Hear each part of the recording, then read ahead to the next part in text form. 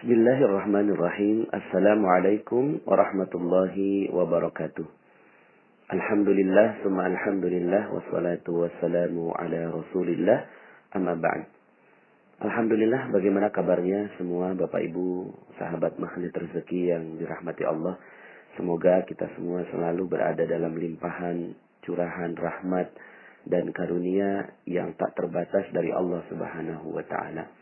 Semoga kehidupan Anda bertambah keberkahannya, bertambah kemuliaannya, bertambah kejayaannya, dan terutama bertambah disayang oleh Allah Subhanahu wa Ta'ala. Bapak Ibu, pada kesempatan kali ini saya ingin menyampaikan materi tentang detox rezeki. Ya,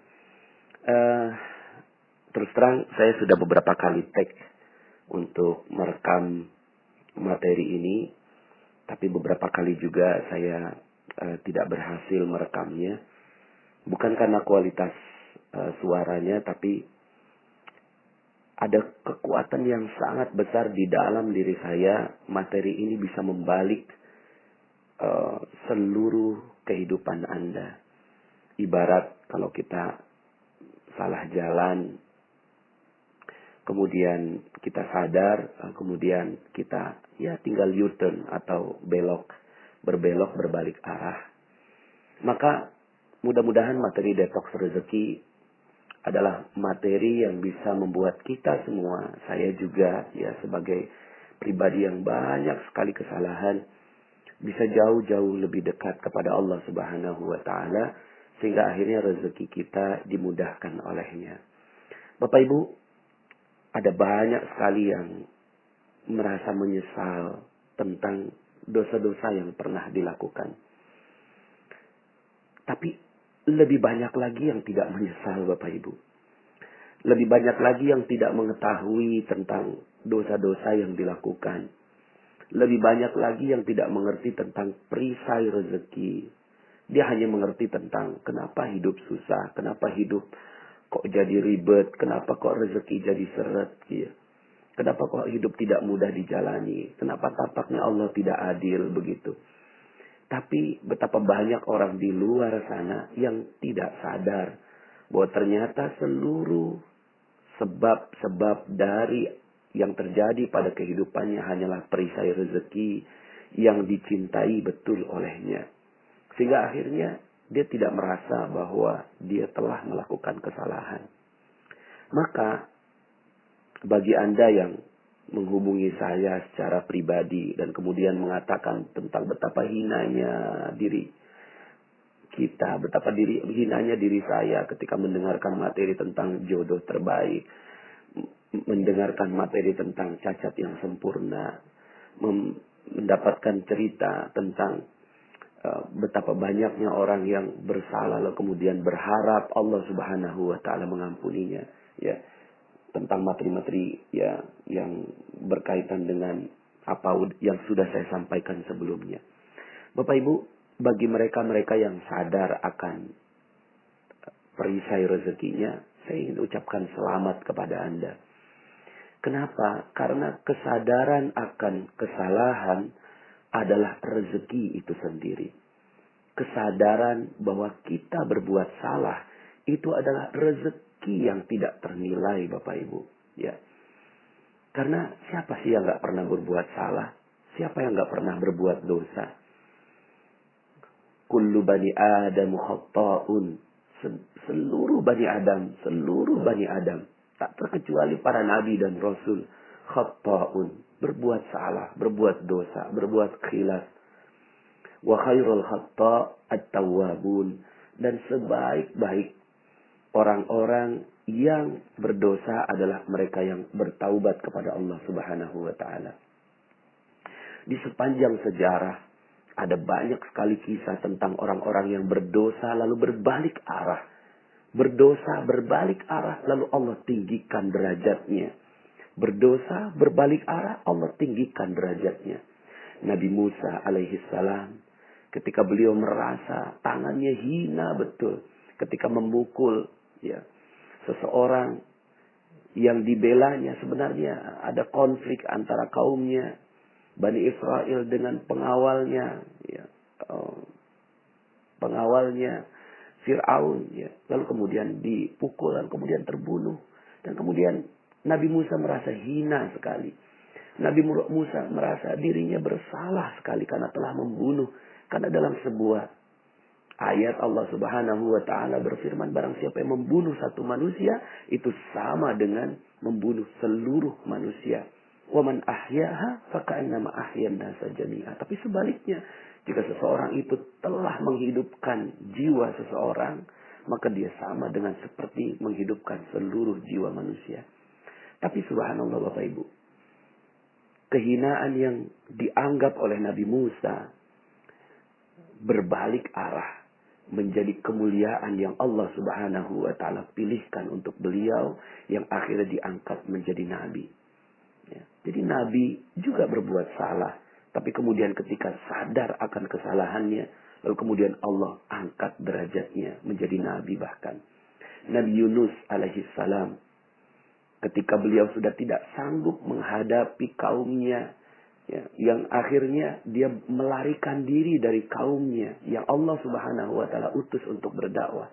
Tapi kemudian akhirnya di dalam perut ikan paus yang besar, Nabi Yunus menyadari kesalahannya. Lalu kemudian gema dari doanya terdengar sampai kita saat ini. La ilaha illa anta subhanaka inni kuntu minaz zalimin. Tidak ada ilah selain engkau ya Allah. Maha suci engkau. Inni kuntu minaz zalimin. Ya Allah, saya ini termasuk orang-orang yang zalim. Ini adalah kesadaran Nabi Yunus akan dosa-dosa yang dilakukannya. Nabi Adam alaihissalam juga kisah tentang berdosa. Ketika takdirnya masuk dalam surga Allah Subhanahu wa taala, lalu kemudian tergoda, ya, dan kemudian akhirnya diturunkan ke muka bumi, maka sepanjang kehidupannya Nabi Adam alaihissalam berdoa, Rabbana zalamna anfusana wa illam taghfir lana wa tarhamna lanakunanna minal khasirin. Ya Allah, aku telah menzalimi diriku sendiri. Allahumma Rabbana zalamna anfusana wa illam taghfir lana, jika engkau tidak mengampuni kami, lanakunanna minal khasirin, sungguh terjadilah kami menjadi orang yang merugi. Kisah Nabi Adam adalah kisah pengampunan, kisah pertaubatan. Sepanjang kehidupan Nabi Adam adalah meminta ampun kepada Allah Subhanahu wa taala. Maka kita melihat, jika Anda sekarang yang mendengarkan audio ini pernah berbuat salah, pernah berbuat dosa, pernah durhaka kepada kedua orang tuanya, menghancurkan terumbu karangnya, akan ada terumbu karang yang baru insya Allah buat Anda. Bagi Anda yang mungkin mendengarkan materi jodoh terbaik lalu terpukul sekali, apa begitu Pak Nas? Apa saya begitu hina? Saya pernah berzina dalam kehidupan saya sebelumnya. Bersyukurlah, karena nyawa kita belum sampai ke kerongkongan. Nyawa Anda, nyawa kita semua yang masih bisa mendengarkan audio ini belum sampai ke kerongkongan. Masih ada kesempatan untuk bertaubat kepada Allah Subhanahu wa taala. Memang benar, Allah seakan-akan ingin memberikan pesan bahwa hukumannya adalah dirajam sampai mati. Memang benar. Seakan-akan untuk menunjukkan bahwa benar-benar dosanya besar sekali. Karena selama ini kita tidak pernah menganggap bahwa itu dosa. Kita iyalah dosa, tapi kita tidak pernah menganggap bahwa dampaknya begitu besar kepada kehidupan dunia kita maupun kehidupan akhirat kita. Kita anggap ya nantilah minta ampun kepada Allah, salaman kepada manusia, lalu kemudian bertaubat kepada Allah, diampuni. Enggak sesederhana itu. Ketika kita sadar bahwa ini adalah dosa yang sangat besar, maka itu adalah rezeki yang luar biasa buat kita. Mungkin selama ini Anda menganggap bahwa, waduh Pak Nas, kalau saya sudah pernah berzina, pantas saja rezeki saya hancur seperti ini. Karena memang sepertinya saya sudah tidak pantas untuk mendapatkan rezeki dari Allah. Tapi yuk sama-sama kita bergabung dengan kafilah pertaubatan. Dengan kafilah orang-orang yang sadar akan dosanya. Kafilah para nabi yang mengakui dosa. Kafilah orang-orang yang dimuliakan oleh Allah Subhanahu wa taala. Bahkan ada banyak sekali kisah tentang mereka-mereka yang sadar akan dosanya. Tapi kekuatan kesadaran akan dosa. Kesadaran akan dosa ini yang membuat akhirnya Umar bin Khattab dalam sebuah hadis Rasulullah SAW bersabda, "Ittaqillaha haitsuma kunta wa atbi'is sayyi'atal hasanata tamhuha." Bertakwalah kepada Allah dimanapun kau berada, dan iringilah perbuatan buruk dengan perbuatan baik. Karena kebaikan dapat mengkompensasi keburukan. Maka hadis ini menjadi kabar gembira bagi Umar bin Khattab radhiyallahu an. Menjadi kabar gembira dan dijadikan ini sebagai ruh kehidupan bagi Umar bin Khattab radhiyallahu an. Ruh kehidupan bagi Umar. Ya. Ketika kesalahannya ingin ditutupi dengan kebaikan demi kebaikan demi kebaikan, sampai akhirnya Umar bin Khattab radhiyallahu an menjadi manusia mulia yang kita kenang sampai sekarang. Karya dari Umar bin Khattab radhiyallahu an, masya Allah, begitu besar. Dan ternyata itu berangkat dari sebuah kesadaran akan kesalahan. Dan ini adalah rezeki yang mulia. Rezeki yang besar. Umar bin Khattab mungkin ada perasaan khauf, ada perasaan takut. Ya Allah, apakah benar aku bisa diampuni oleh Engkau? Sementara dosaku begitu banyak, ya Allah. Tapi kemudian akhirnya Umar bin Khattab tidak larut dengan kesalahannya. Tidak larut dengan dosanya. Umar bin Khattab menutupinya dengan beramal lagi. Amal apa lagi? Amal apa lagi? Amal apa lagi yang bisa kulakukan agar bisa mengambil hatinya Allah untuk mengampuni dosa saya yang sangat-sangat besar. Maka Bapak Ibu yang dirahmati Allah Subhanahu wa taala, mungkin sebagian di antara Anda ketika mendengarkan materi tentang perisai rezeki, lalu kemudian saya mulai bongkar sedikit demi sedikit dosa-dosa yang kita lakukan. Kita merasa pantas. Ya pantas aja rezeki kita nggak datang Bapak Ibu. Karena perisai kita begitu besar. Tapi kita punya Allah. Kita punya Allah yang maha mengampuni. Yang maha sayang akan hambanya. Yang maha sayang akan hambanya. Maka mari kita juga renungkan tentang sebuah hadis. Kisah tentang seorang yang telah membunuh 99 orang. Membunuh 99 orang. Satu orang saja dibunuh. Selaksana membunuh seluruh manusia. Lalu kemudian ini membunuh 99 orang. Tapi kemudian dia sadar. Hati nuraninya keluar. Bekerja. Sensornya bekerja. Lalu kemudian ada hidayah yang merasuk di dalam hatinya. Lalu kemudian bertanya, apakah aku bisa diampuni ya Allah? Sementara aku telah membunuh 99 orang. Lalu kemudian dia bertemu dengan seorang ulama pada saat itu. Ya, ini cerita di zaman Bani Israel dikisahkan oleh Rasulullah SAW. Pada saat itu bertemu ulama. Wahai syekh, wahai ulama, saya ini telah berdosa. 99 orang telah saya bunuh. Apakah saya bisa diampuni oleh Allah? Tapi kemudian ulama ini mengatakan, mana mungkin kau bisa diampuni? Satu orang saja sudah selaksana membunuh seluruh manusia. Kamu telah membunuh 99 orang. Karena perasaan begitu putus asa akan rahmat dari Allah Subhanahu wa taala. Akhirnya ulama ini dibunuh dan genaplah 100. Sampai kemudian manusia yang ingin bertaubat ini datang kepada ulama kedua yang kemudian mengatakan, Allah maha mengampuni. Sampai akhirnya batas ketenggorokan. Sepanjang nyawa masih ada, maka masih bisa diampuni oleh Allah. Dengan syarat engkau meninggalkan seluruhnya dan pindah ke satu tempat yang lebih baik. Kemudian akhirnya dia lakukan itu. Dan singkat cerita, akhirnya seorang pembunuh yang telah membunuh 100 orang ini, akhirnya meninggal dunia di tengah perjalanan. Dan ketika malaikat maut, malaikat berselisih tentang hal ini, apakah dia masuk surga atau masuk neraka. Lalu kemudian diukur, ternyata beliau lebih dekat ke tempat desa yang dia tuju, ke tempat dia untuk bertaubat. Maka Bapak Ibu yang dirahmati Allah Subhanahu wa taala. Mungkin sebagian di antara Anda seakan-akan sepertinya sudah tidak lagi punya harapan kepada Allah. Tapi yuk sama-sama kita renungkan tentang ayat-ayat Allah Subhanahu wa taala dan hadis-hadis Nabi yang bercerita tentang hal ini. Dalam Al-Qur'an disebutkan dalam surat Az-Zumar ayat 53 sampai 54. Qul ya ibadiyalladzina asrafu ala anfusihim la taqnatu min rahmatillah. Innallaha yaghfiruz dzunuba jami'a innahu huwal ghafurur rahim.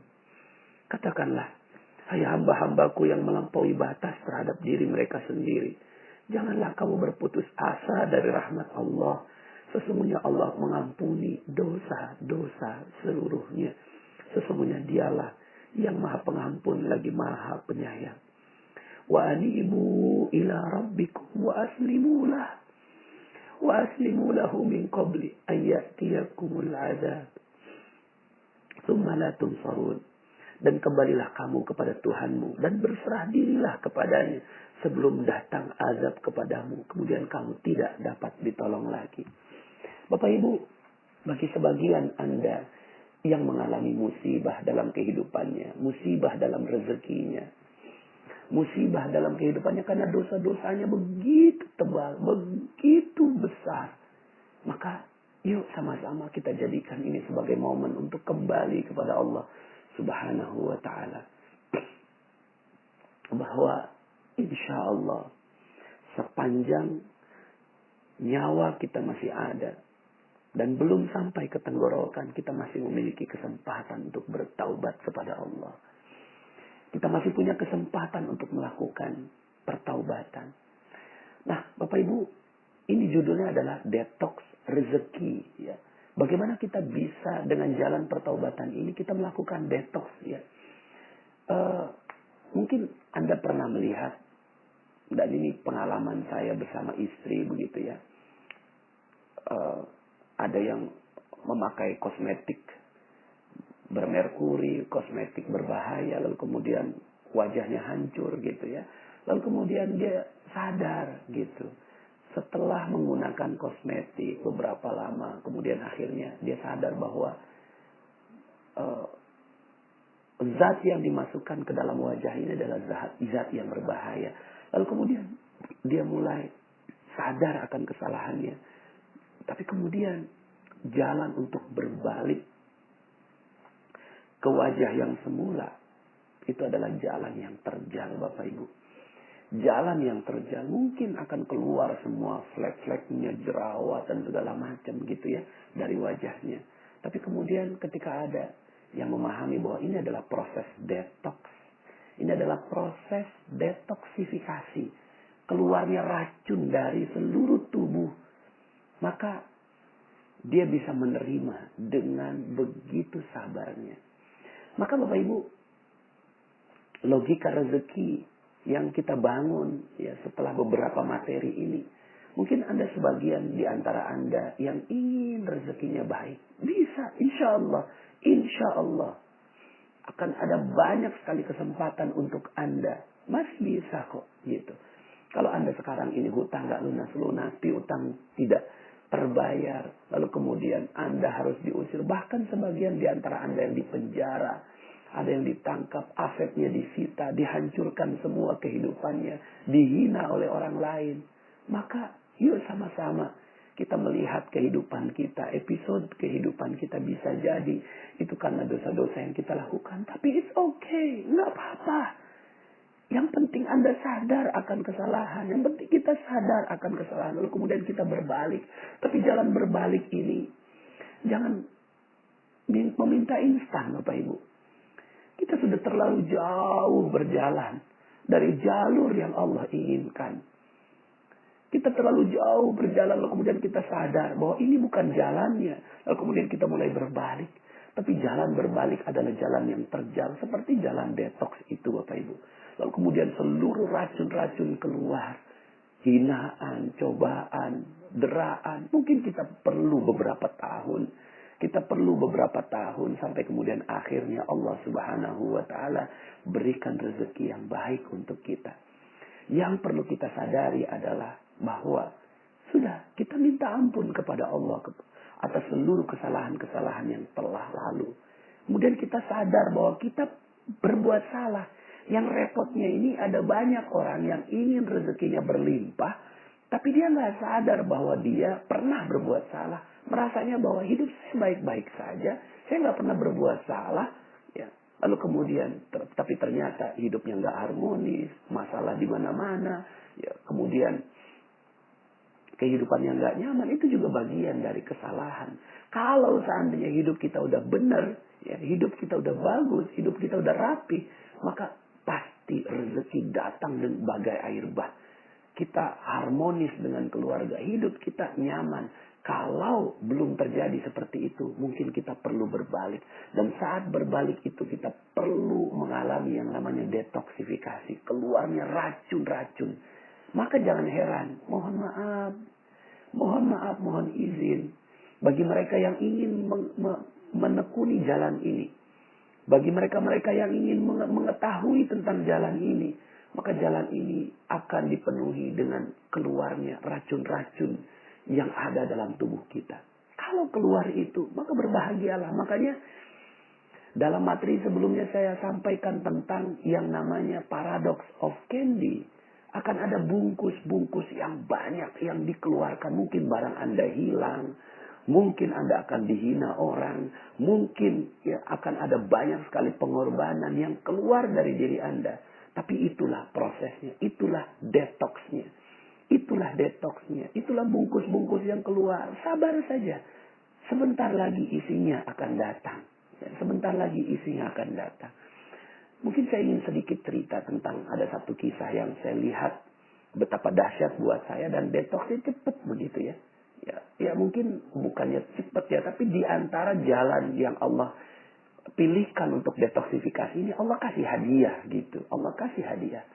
Ini kisah tentang seorang nenek. Nenek ini hobinya minta-minta Bapak Ibu. Setiap hari minta-minta. Setiap hari minta-minta. Dia nggak sadar bahwa minta-minta adalah dosa. Berharap kepada manusia, meminta-minta, ini adalah dosa. Dia nggak sadar ini.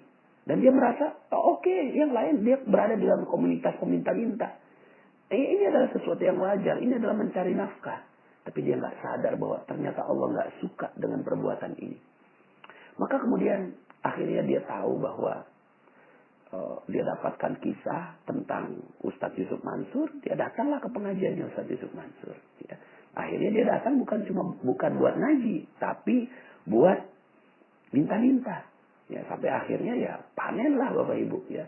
Karena Ustadz Yusuf Mansur ini mendoktrin jamaahnya untuk sedekah, ya sementara si nenek ini ada di luar. Ya. Tinggal menengadahkan tangan sampai kemudian akhirnya seluruh jamaahnya menjadikan sang nenek ini sebagai alat praktikum Bapak Ibu ya. Lalu kemudian dia lakukan itu terus sampai kemudian akhirnya ketahuan sama jamaah Bapak Ibu. Dilaporkan sama Ustadz Yusuf Mansur. Ya kemudian ketemu. Nenek datang pengen minta-minta. Enggak Ustadz, saya nggak pengen minta-minta. Saya pengen ngaji Ustadz. Wah ini banyak orang yang laporan nenek seperti ini. Enggak Ustadz, gini aja deh.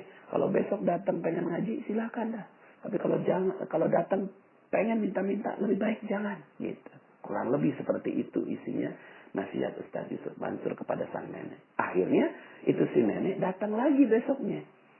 Tapi berubah niat Bapak Ibu. Berubah niatnya. Yang tadinya pengen minta-minta, sekarang ngaji. Kenapa? Karena udah ketahuan sama Ustadz Yusuf Mansur. Sampai kemudian akhirnya ini nenek ngaji. Sampai kemudian akhirnya ada tuh si nenek, ada Ustadz Yusuf Mansur, ada saya. Ini si nenek ini ngoceh aja depan Ustadz Yusuf Mansur. Gitu ya. Nggak tahu orang yang diocehin, orang yang sibuk.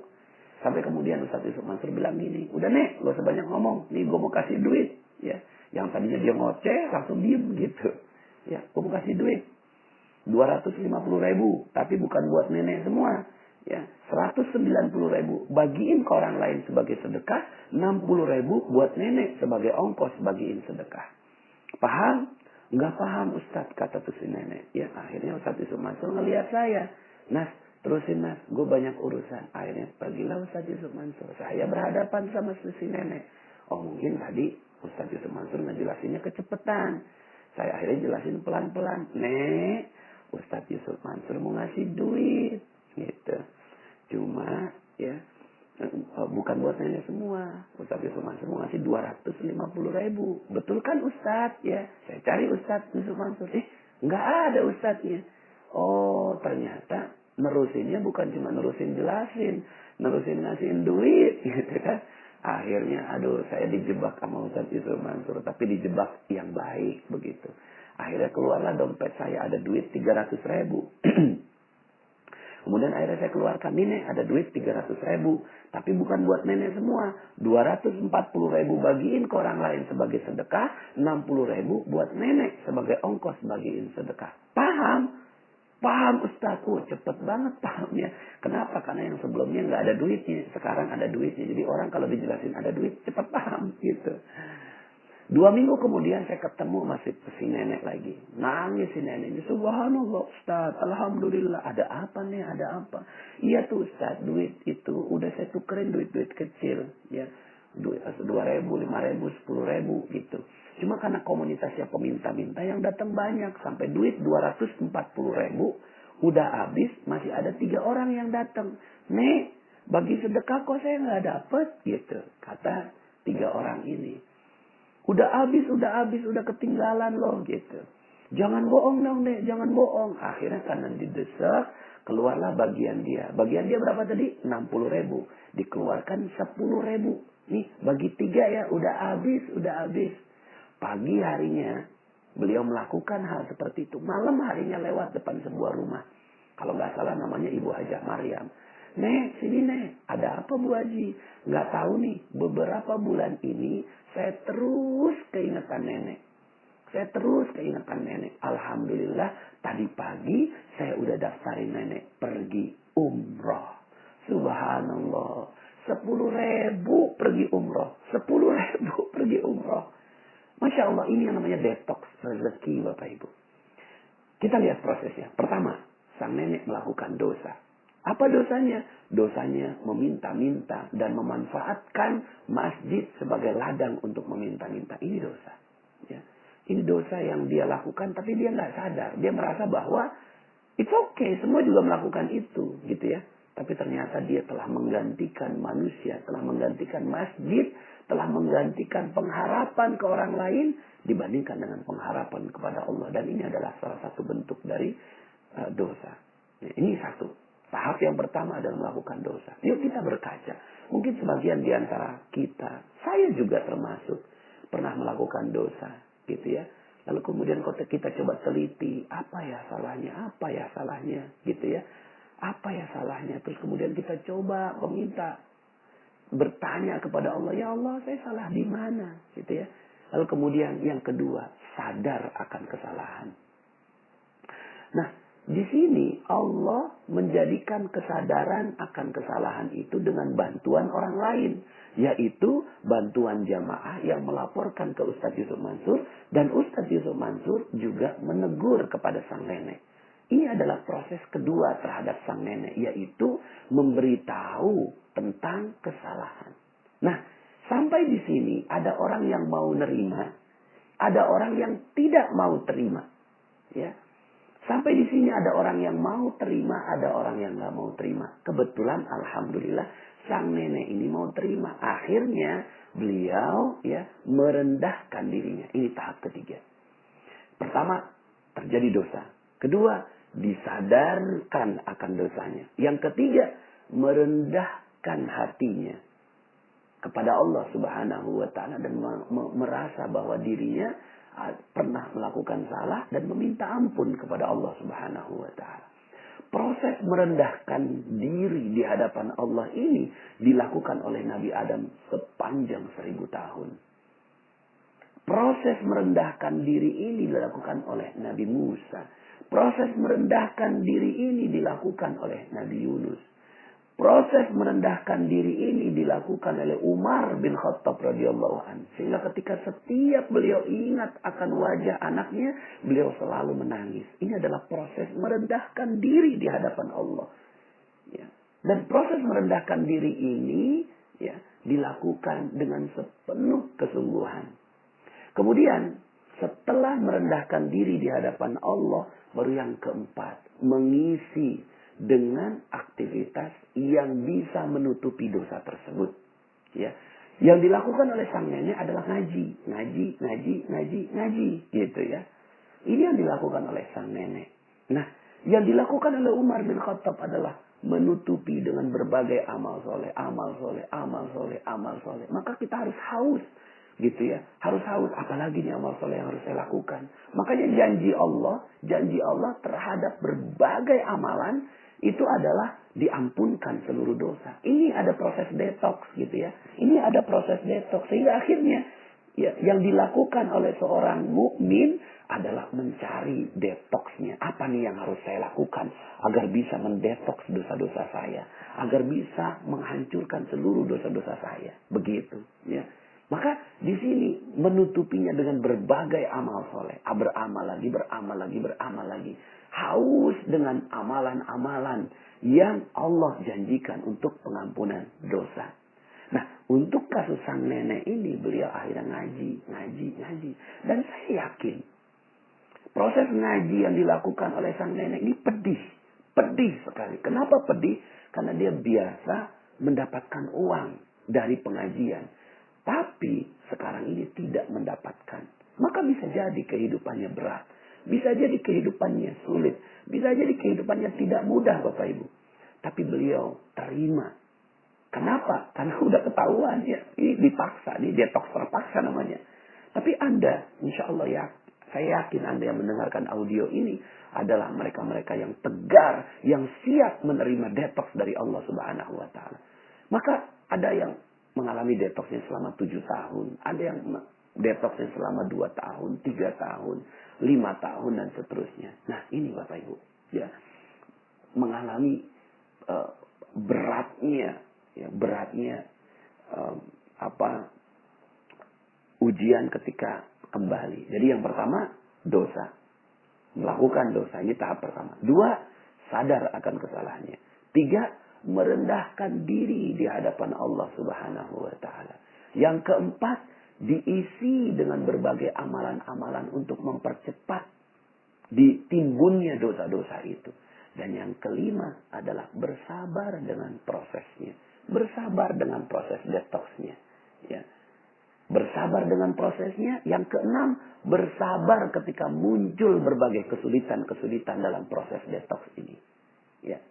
Kalau ini yang sudah dilakukan, maka terjadi yang keenam, Bapak Ibu. Yang keenam ini adalah ujian. Ujian terhadap proses detox kita. Ujian yang terjadi pada sang nenek adalah ya diberikan harta. Dan harta ini amanah. Amanah ini harus disampaikan kepada pemiliknya. Dan ternyata sang nenek melakukannya dengan berhasil. 240.000 dibagikan semuanya. Dan ternyata tidak cukup dengan itu. Yang dilakukan oleh sang nenek adalah menambah amanah itu ya dengan pengorbanan. Yang dilakukan mengorbankan 10.000 dari yang dimilikinya untuk ya, menenangkan orang-orang. Dan akhirnya tahap terakhir dari proses ini, ya, tahap yang ke-9 adalah terjadinya keajaiban. Keajaiban ini terjadi adalah karena hadiah Allah. Allah suka dengan orang yang kembali. Allah suka dengan orang yang melakukan proses detoksifikasi itu. Ya. Allah suka dengan orang yang kembali kepada Allah Subhanahu wa Ta'ala. Maka Bapak Ibu yang dirahmati Allah Subhanahu wa Ta'ala, mudah-mudahan materi ini bisa membuat kita akhirnya mendapatkan optimisme kembali. Bahwa Allah maha memberikan hadiah untuk kita. Dan mungkin sepanjang perjalanan itu didetoks lagi hadiah. Detoks lagi hadiah lagi. Detoks lagi hadiah. Hadiah-hadiah kecil yang Allah akan berikan pada kita. Bersyukur dengan setiap hadiahnya. Lalu kemudian detox lagi, hadiah lagi, detox lagi, hadiah lagi. Terus sampai kemudian akhirnya bersih kita seluruhnya dari seluruh dosa-dosa kita. Nah, maka Bapak Ibu yang dirahmati Allah, ada banyak sekali ayat-ayat yang menekankan tentang hal ini, ya. Misalnya dalam surat An-Nisa, "Wa may ya'mal su'an aw yadhlim nafsahu tsumma yastaghfirillah yajidillaha ghafurar rahima." Dan barang siapa yang mengerjakan kejahatan dan menganiaya dirinya sendiri, kemudian ia mohon ampun kepada Allah, niscaya ia mendapati Allah Maha Pengampun lagi Maha Penyayang. Ya. Kemudian juga dalam surat At-Taubah ayat 104. Alam ya'lamu anna Allah huwa yaqbalut taubah an ibadih. Tidaklah mereka mengetahui bahwasanya Allah menerima taubat dari hamba-hambanya. Suatu ketika Rasulullah Shallallahu Alaihi Wasallam berjalan bersama dengan para sahabat. Lalu kemudian melihat ada seorang ibu yang sedang menggendong anaknya. Lalu kemudian Rasulullah bertanya pada para sahabat, "Wahai sahabatku, kira-kira ibu itu tega nggak? Ya, mau nggak melemparkan bayinya ke kobaran api?" Begitu. Para sahabat kaget mendapatkan pertanyaan seperti itu. Tidak mungkin ya Rasulullah. Ya. Ibu itu begitu sayangnya kepada anaknya, nggak mungkin dilemparkan ke kobaran api.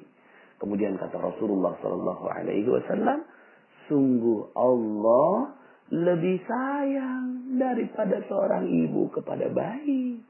Sungguh Allah lebih sayang daripada seorang ibu yang menyayangi bayinya.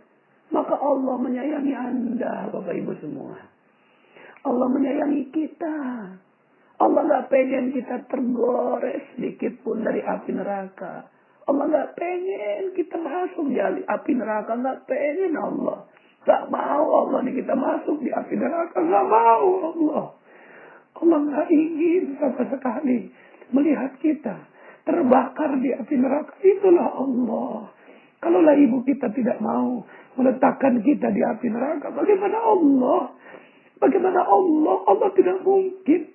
Tapi kemudian karena dosa-dosa kita, akhirnya Allah menghancurkan kita di kehidupan dunia. Supaya apa? Supaya gugur dosa-dosa kita. Supaya hancur dosa-dosa kita. Supaya habis dosa-dosa kita. Lalu kemudian kita menjadi manusia yang bersih di hadapan Allah. Dan ini adalah bentuk sayangnya Allah. Jadi kalau ditanya apakah Allah jahat pada saya? Tidak. Malah sebaliknya. Allah maha sayang kepada hambanya. Allah maha sayang kepada hambanya. Lebih sayang daripada seorang ibu menyayangi bayinya. Subhanallah. Bapak Ibu yang dirahmati Allah Subhanahu wa ta'ala. Maka ini adalah kabar gembira bagi kita semua. Proses detox yang insya Allah kita semua akan mengalaminya. Jadi kalau seandainya kita mengalami kesulitan-kesulitan hidup, katakan kepada Allah. Katakan kepada Allah, seandainya kita mengalami kesulitan-kesulitan dalam hidup kita. Ya Allah, sungguh aku lebih baik menerima kesalahan ini. Menerima kesulitan ini di kehidupan dunia. Asalkan Engkau membayar seluruh kesulitan-kesulitan kami dalam kehidupan dunia ini. Berupa keselamatan nanti di yaumil akhir. Tapi percaya Bapak Ibu. Percaya saya. Percayalah. Bahwa Allah juga berhak untuk memberikan harta rezeki yang berlimpah pada Anda dalam kehidupan dunia. Asalkan Anda sabar dalam prosesnya. Asalkan Anda sabar dalam prosesnya. Di akhir dari audio ini saya ingin membacakan sebuah hadis yang ada dalam kumpulan hadis Arba'in nomor 42. Dalam sebuah hadis qudsi, Anas radhiyallahu an berkata, aku mendengar Rasulullah sallallahu alaihi wasallam bersabda, Allah Subhanahu wa taala berfirman, wahai anak Adam, selama kalian mau berdoa dan berharap kepadaku, pasti ku ampuni dosa yang pernah kalian lakukan. Pasti. Pasti ku ampuni dosa yang pernah kalian lakukan. Dan aku tidak peduli. Wahai anak Adam, seandainya dosa kalian membumbung setinggi langit. Membumbung setinggi langit. Lalu kalian memohon ampun kepadaku. Pasti aku ampuni. Wahai anak Adam, seandainya kalian datang kepadaku dengan membawa kesalahan sepenuh bumi. Asalkan tidak menyekutukan aku. Pasti aku mendatangimu dengan membawa ampunan sepenuh bumi pula. Subhanallah. Masya Allah. Mudah-mudahan kita semua diampuni oleh Allah Subhanahu wa ta'ala. Mungkin yang perlu kita lakukan adalah banyak-banyak beristighfar. Banyak-banyak beristighfar kepada Allah Subhanahu wa ta'ala. Semoga dengan istighfar ini Allah Subhanahu wa ta'ala akan mengampuni seluruh dosa-dosa kita. Mudah-mudahan dengan seluruh dosa-dosa ini Allah Subhanahu wa ta'ala akan mengampuni seluruh dosa-dosa yang kita lakukan. Yang kita bisa lakukan adalah beristighfar, lalu kemudian bertaubat kepada Allah Subhanahu wa ta'ala. Kemudian kita baca doa Sayyidul Istighfar yang nantinya akan saya ajarkan dalam kesempatan berikutnya. Kemudian juga membaca tahlil La ilaha illallah. Membaca La ilaha illallah